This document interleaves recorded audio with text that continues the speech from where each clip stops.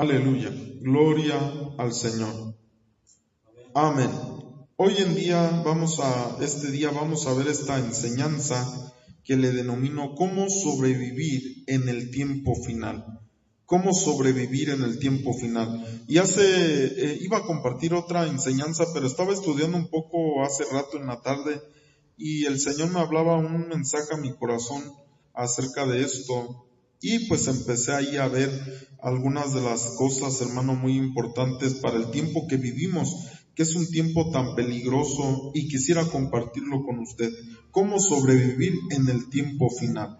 Y vamos a iniciar, amados hermanos, viendo esta porción en Mateo capítulo 24, versículo 44. Mateo 24, 44, dice la Escritura de la siguiente manera: por tanto, también vosotros, dice, estad preparados.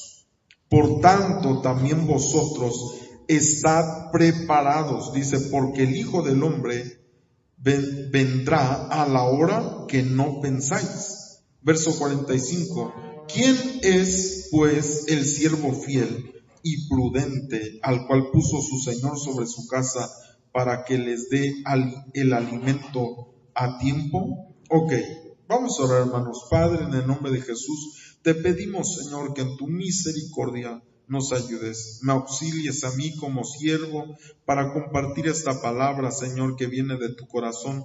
Ayúdame a compartirla con fidelidad, que sea de bendición para el cuerpo de Cristo, para edificación, para exhortación, consolación, que cumpla su propósito, Señor amado. Te doy gracias en el nombre de Jesucristo. Amén y amén.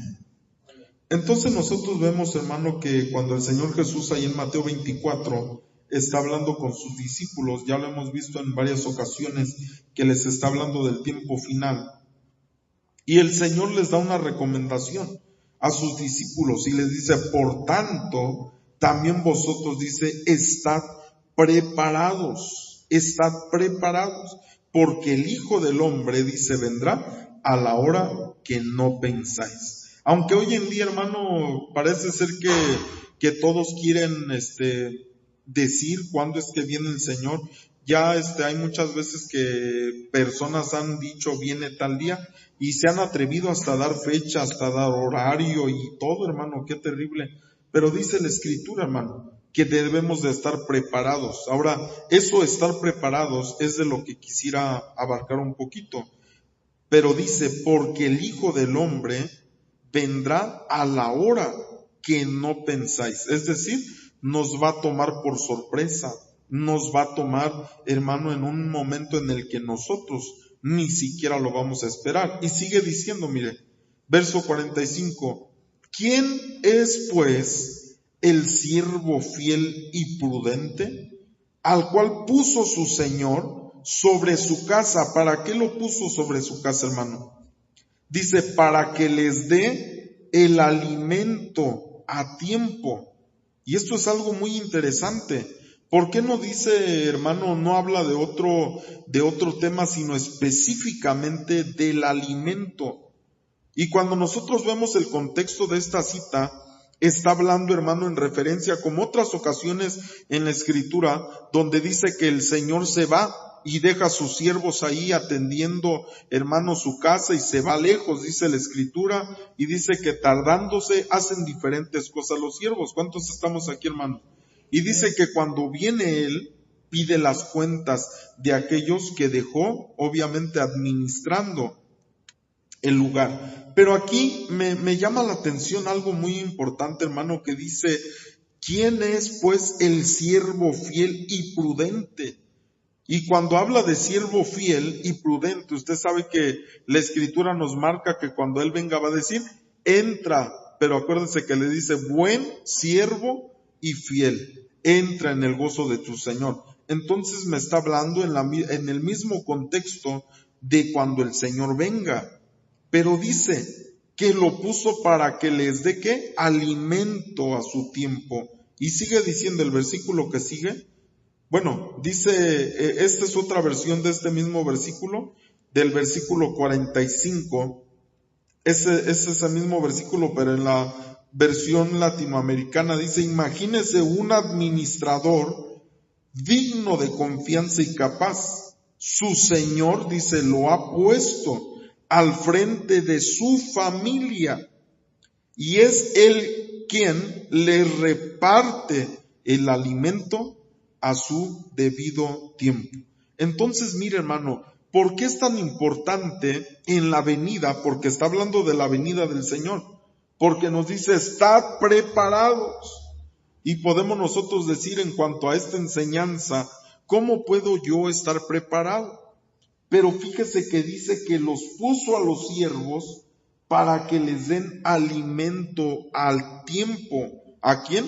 A su familia. Por eso dice en esta misma versículo, pero en otra versión, dice que les reparte el alimento a su debido tiempo, pero está hablando de su familia, porque dice que lo puso al puesto, dice, lo puso al frente de su familia. Ok, entonces dice el verso que sigue, Mateo 24:46, dice, bienaventurado aquel siervo al cual cuando su Señor venga, le halle haciendo así. ¿Le halle haciendo cómo? Pues obviamente dando el alimento a su debido tiempo.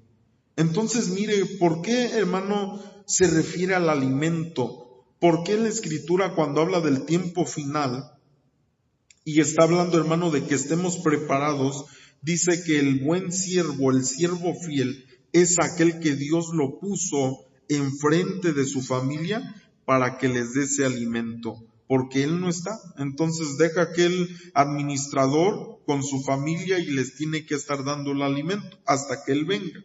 Entonces dice la Escritura, bienaventurado aquel que lo encuentren haciendo eso exactamente, dando el alimento a su debido tiempo.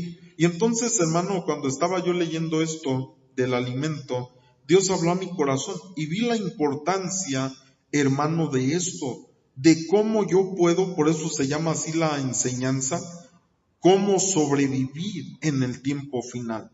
¿Cómo puedo yo sobrevivir en el tiempo final? Y pareciera ser algo muy sencillo, muy simple, hermano, pero es algo muy profundo. Mire, el alimento dice que dejó a alguien administrando el alimento, pero no para que le dé el alimento cuando quiera el administrador, sino que dice que dejó, hermano amado, el administrador digno de confianza y capaz, pero dice, su Señor lo ha puesto al frente de su familia. Y dice, y es él quien les reparte el alimento. Es como nosotros, hermano, imagínense que un día nosotros salimos fuera a algún lugar y tal vez dejamos nuestros hijos. Y usted le va a querer dejar sus hijos a quien sepa que es responsable. ¿Cuántos dicen amén? ¿Cuántos tenemos hijos? Imagínese, hermano, que usted se fuera así de viaje y largo, porque cuando nos habla siempre la Escritura de que cuando el Señor se va, dice tardándose. ¿Por qué se durmieron las vírgenes? Tardándose el Señor, cabecearon y durmieron. Y en otras porciones también dice tardándose el Señor. Entonces nos da a entender, no específicamente quiere decir tardarse, sino que va a llegar en un momento en el que no vamos a saber. La gente sí va a tenerlo por tardanza, como la Escritura dice, pero va a llegar en un momento así cuando ni se dé cuenta uno. Por eso dice ahí también, va a venir cuando no piense que va a venir. Entonces imagínense que un día dejáramos nuestros hijos, hermano, y que regresáramos de aquel lugar y que viéramos nuestros hijos bien delgados, todos mal cuidados, maltratados. ¿Cómo reaccionaríamos nosotros ante las personas a las que se los dejamos? Todos sucios, todos sin bañar, todos así bien, hermano, bien mal. Imagínense, nos molestaríamos. Pero así es como el Señor hace referencia de esto. Cuando dice que Él se va en esta porción específica, dice que puso a un administrador frente de su familia, pero lo puso para que les reparta el alimento a su debido tiempo. ¿Por qué, hermano, el alimento? ¿Qué es lo que pasa si nosotros no comemos bien, hermano?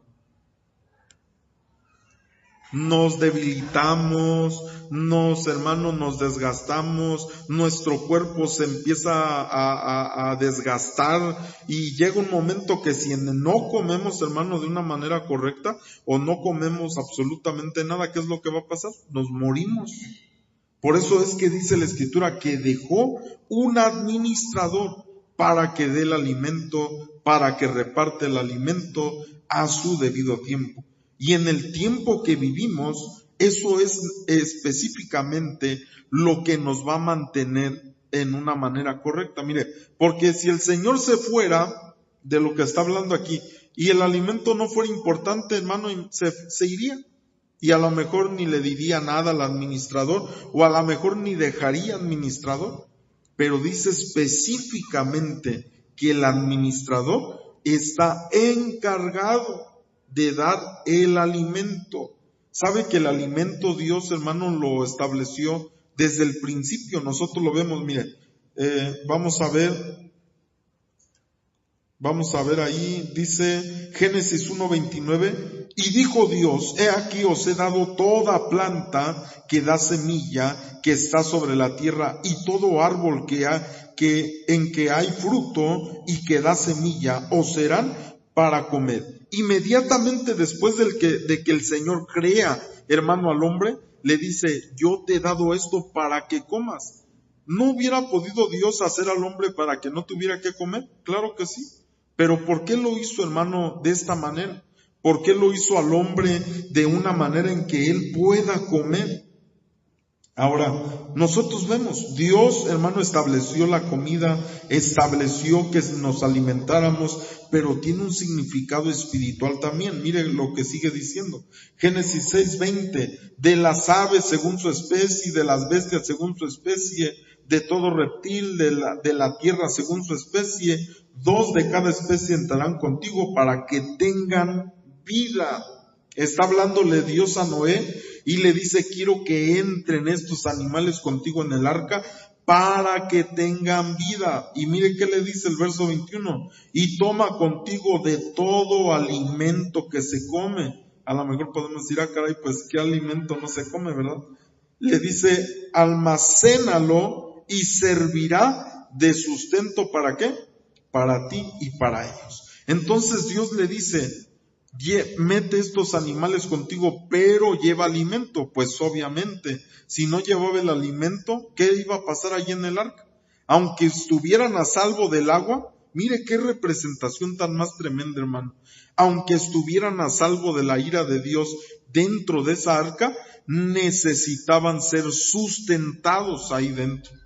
No solamente era que se metieran y escaparan del diluvio, ¿no? Sino que sobrevivieran. Por eso le dice, para que tengan vida.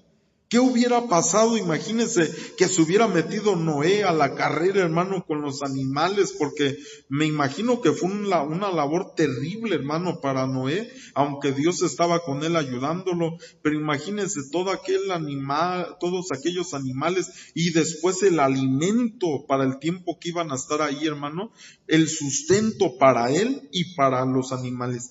Si no hubiera llevado el alimento necesario, imagínense, hubieran muerto ahí algunos animales, o a lo mejor hasta hubieran sacrificado animales allá arriba para comer, Noé y su familia, si no hubiera el sustento adecuado arriba del arca. Pero por eso le digo, no es solamente salvarnos de la ira, sino que es ser sustentados, hermano amado, para poder sobrevivir el tiempo que nos toca vivir. Así como la mujer de Apocalipsis, que dice la Escritura que Dios le dio alas como águila y voló, pero dice la Escritura que la sustentó. ¿Cuántos dicen amén? Sigue diciendo, Génesis 41:48, y él reunió todo el alimento de los 7 años de abundancia que hubo en la tierra de Egipto, y guardó alimento en las ciudades, poniendo en cada ciudad el alimento del campo de sus alrededores. Dios usó a José para, hermano amado, ser alguien que preservó la vida en aquel tiempo que él vivió. Mire qué tremendo, hermano, que si Dios no hubiera hecho esto con José, ¿qué hubiera pasado con el pueblo de Israel, hermano? Las naciones todas venían, porque Egipto era el único lugar que tenía ese alimento. ¿Pero por qué? Porque Dios le habló a Faraón, pero con el propósito de que José le interpretara el sueño, fuera puesto en alto y que supieran cómo almacenar el alimento. ¿Cuántos estamos aquí, hermano? Entonces, la Escritura, a través de toda la Escritura, nosotros podemos ver cómo Dios se preocupa, hermano, por alimentarnos. ¿Qué es lo que nuestro Señor Jesucristo mismo dice? Miren las aves, esto y esto, mas sin embargo, ¿qué dice Dios? ¿Qué hace? Las alimenta, las alimenta.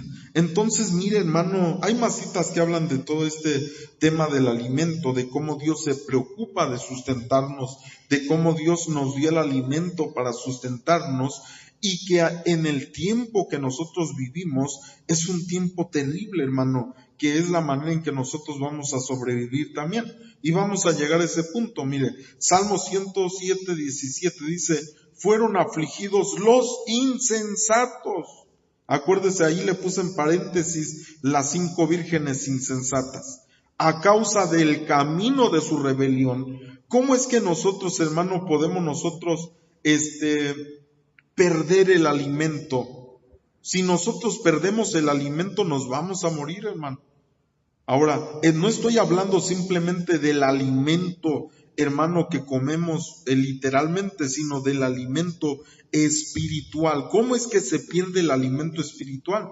Dice: fueron afligidos los insensatos a causa del camino de su rebelión. Mire la rebelión lo que causa, hermano. Y a causa de sus maldades, su alma, dice, abominó todo alimento, y llegaron hasta las puertas de la muerte, pero clamaron a Jehová en su angustia y los libró de sus aflicciones. ¿Sabe que a veces hay gente que cae en insensatez, hermano, por rebelión, por maldad, por hacer cosas negativamente, por rebelarse, hermano? Y dice que cuando una persona está así en rebelión, abomina el alimento, hermano, abomina, no quiere.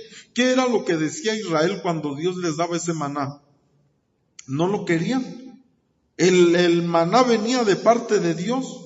Pero mire qué terrible y qué atrevimiento, hermano, del pueblo de Israel, que no querían el pan que Dios les estaba dando. Todavía de que los había librado, de que habían visto su mano poderosa, de que los había bendecido, porque recuérdense que cuando salieron de Egipto, saquearon, hermano, Egipto. Dice que fueron y les pidieron: denos el oro, y dice que salieron llenos de oro, hermano amado. Y cuando estaban en el desierto se empezaron a quejar, empezaron a murmurar, empezaron a hablar, y no querían el pan que Dios les daba. Abominaron el alimento. Pero hacer eso, hermano, abominar el alimento, lo lleva a uno a la puerta de muerte. ¿Qué quiere decir eso? No es solamente una muerte literal, como estamos hablando, de que si alguien deja de comer, es obvio que se va a morir, pero también espiritualmente nosotros comemos. ¿Cuántos dicen amén? A ver, pregúntale al que está a su lado: hermano, ¿sí te gusta comer? Literalmente, ¿sí le gusta comer o no? A ver, dígale al que está a su lado: ¿cuál es tu plato favorito, hermano?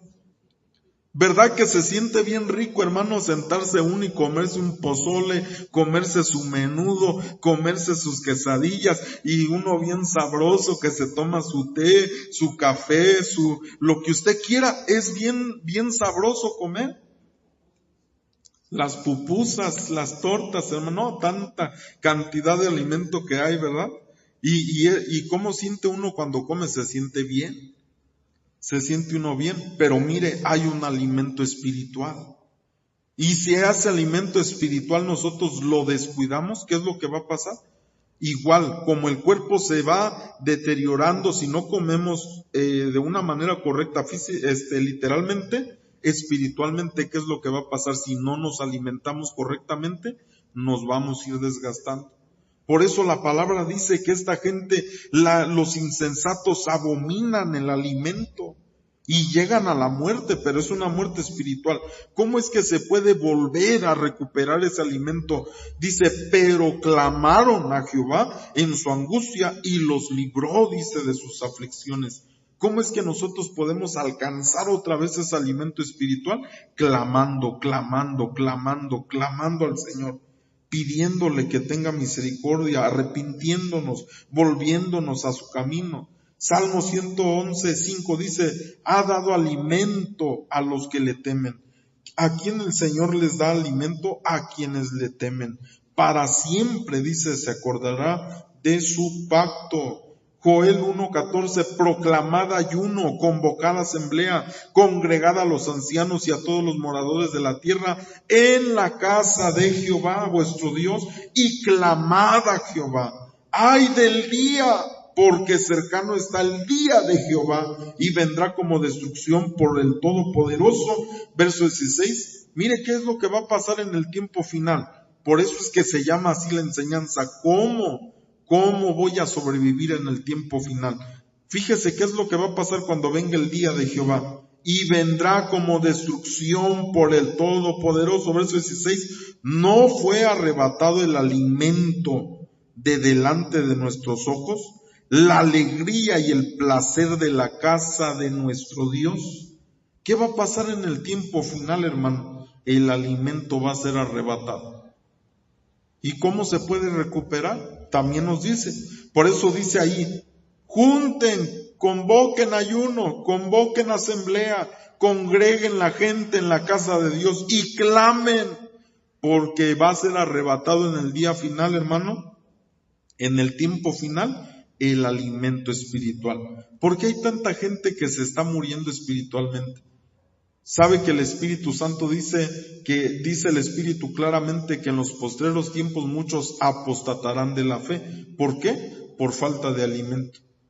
Porque el alimento a ti te vivifica, el alimento te bendice, el alimento te hace crecer, el alimento te fortalece, hermano. Pero cuando nosotros empezamos a abominar el alimento, si nos comportamos como Israel en el tiempo del desierto, y es que así es, mire, el desierto que cruzó Israel, hermano, es una representación del tiempo final, de los días finales de nosotros atravesar ese desierto. Y ahorita le voy a enseñar por qué.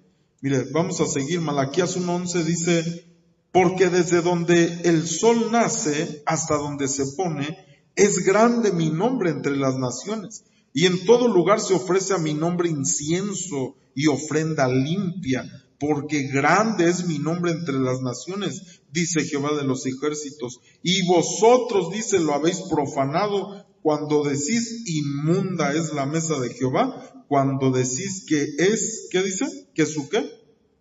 Su alimento es despreciable. Mire qué terrible cuando uno cae en eso, hermano. Cuando la gente empieza a decir el alimento es despreciable. Sigue diciendo, verso 13 dice, y habéis además dicho, oh, qué fastidio es esto. Y me despreciáis, dice Jehová de los ejércitos, y trajisteis lo hurtado, cojo, enfermo, y presentasteis, dice, ofrenda. ¿Aceptaré yo eso de vuestra mano? Dice Jehová. Mire qué terrible, hermano. Esto es lo que hoy en día, por ejemplo, pasa mucho. Dice la Escritura que la gente, el pueblo e incluso el sacerdocio empezó a decir, es despreciable el alimento. Menospreciaron el alimento que Dios les daba. ¿Sabe? Por eso hoy en día el alimento que muchas veces se da en los lugares es de motivación. Porque la gente, hermano, uno se siente bien bonito cuando uno lo motivan y le dice, y Dios te va a levantar, y Dios te va a usar, y esto y lo otro, y es algo que motiva. Pero cuando nosotros revisamos la manera de predicar de nuestro Señor Jesucristo, a Él no le interesó, hermano, motivar a la gente. Porque la motivación está ligada al alma, y es buena la motivación, pero no es la base del alimento que nosotros debemos de tener. ¿Cuándo vio usted a Jesús predicando motivación en todo su ministerio? En los años que estuvo en la tierra predicando, ¿cuándo lo vio motivando? No, si antes predicaba duro, hermano, y cuando estaban los fariseos y los saduceos y toda esa gente más, hermano, cómo les predicaba que lo querían matar, que cuando les predicaba hasta crujían los dientes, hermano, hasta lo querían agarrar y apedrearlo, pero no era el tiempo, dice la Escritura, que en varias ocasiones lo quisieron matar, y la misma Escritura dice, mas no era el tiempo. Fíjese qué terrible. Ok, vamos a continuar. Y dice que esto, cuando uno empieza a despreciar el alimento, empieza también a despreciar la ofrenda. Por eso dice que el pueblo empezó, y el sacerdocio empezaron a ofrecer lo hurtado, lo cojo, lo enfermo, y la ofrenda que presentaban no era aceptable, y el Señor les dice, ¿voy a aceptar yo de su mano esto? ¿Voy a aceptar yo estas cosas? ¿Por qué? Porque empezaron a despreciar el alimento. Óigame bien, hermano, hoy en día, por ejemplo, es uno de los problemas más terribles en las redes, en todas partes. ¿Qué es lo que se ve, hermano, tan terrible? Mucha gente, por ejemplo, no creía en el diezmo. Dicen que el diezmo era para el pueblo de Israel, que el diezmo era para los judíos, que eso ya no es para la iglesia, y que no, avientan unas cosas tan terribles, hermano. Pero es por eso, mire, ni siquiera Israel lo guardó como debía de ser. Por eso el Señor, aquí mismo en Malaquías, y esta cita la conocemos, Malaquías 3:10 dice, traed todos los diezmos al alfolí. ¿Y qué dice ahí? ¿Queremos que haya alimento, hermano? ¿Sabe por qué a veces no hay alimento y es lo que nos va a ayudar a vivir? Porque no se están trayendo los diezmos al alfolí. Por eso ahí les dice, traed todos los diezmos al alfolí y hay alimento en mi casa. Y por eso les dice, y probadme ahora en esto, dice Jehová de los ejércitos, si no os abriré las ventanas de los cielos y derramaré sobre vosotros bendición hasta que sobreabunde. Entonces mire qué terrible, hermano, que el diezmo es algo que bendice, porque hay gente que se está muriendo espiritualmente afuera y no creen esto, porque ni siquiera ya no tienen alimento. Ya en su casa no hay alimento, ni en la casa, hermano, donde debe de haber una palabra de alimento ya no hay, ni en la casa de ellos. No sé si me explico, hermano. Por eso dice, tráiganos para que haya alimento, porque si no hay, no va a haber alimento tampoco. Y no es que Dios no lo quiera dar, no, es que es algo de obediencia a esto, hermano. Mire, y vamos a continuar, 1 Corintios 10:1 dice, porque no quiero, hermanos, que ignoréis que nuestros padres todos estuvieron bajo la nube y todos pasaron el mar. Verso 2, y todos en Moisés fueron bautizados en la nube y en el mar. Verso 3, y todos comieron el mismo alimento espiritual. Oiga, hermano, que desde el tiempo antiguo, no crea que nada más comían alimento literal, no, era espiritual también. Y todos, dice, comieron el mismo alimento espiritual y todos bebieron la misma bebida espiritual porque bebían de la roca espiritual que los seguía. ¿Y la roca quién era, hermano? Cristo. Acuérdese que había una roca que dice la Escritura que los seguía a Israel. Donde quiera que iban, allá andaba la roca con ellos. Y le hablaban a la roca y la roca dice que fluía agua, hermano. Dice que fluía, hermano, para que bebieran. Mire qué terrible. Pero dice la Escritura que era un alimento y una bebida espiritual. ¿Por qué fue, hermano, tan terrible? ¿Sí se acuerda por qué Dios le dijo a Moisés que ya no iba a ver la tierra prometida? ¿Por qué no iba a entrar, perdón, a la tierra? Porque le pegó a esa roca. Agarró y que le pega, hermano, a la roca. Pero ahora, si nosotros revisamos la Escritura, sí le dijo Dios, le dijo golpea la roca y va a salir agua. Y entonces, ¿por qué después ya le dice el Señor? Por cuanto golpeaste.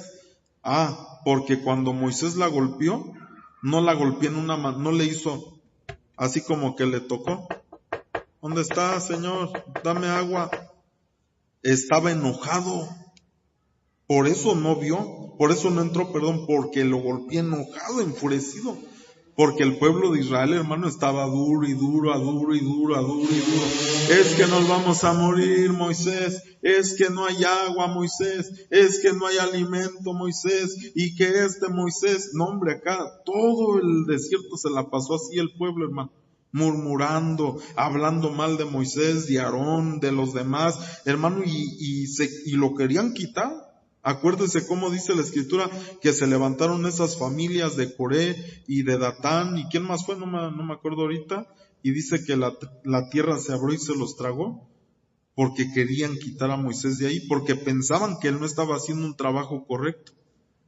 Pero se trataba de que Dios estaba probando al pueblo.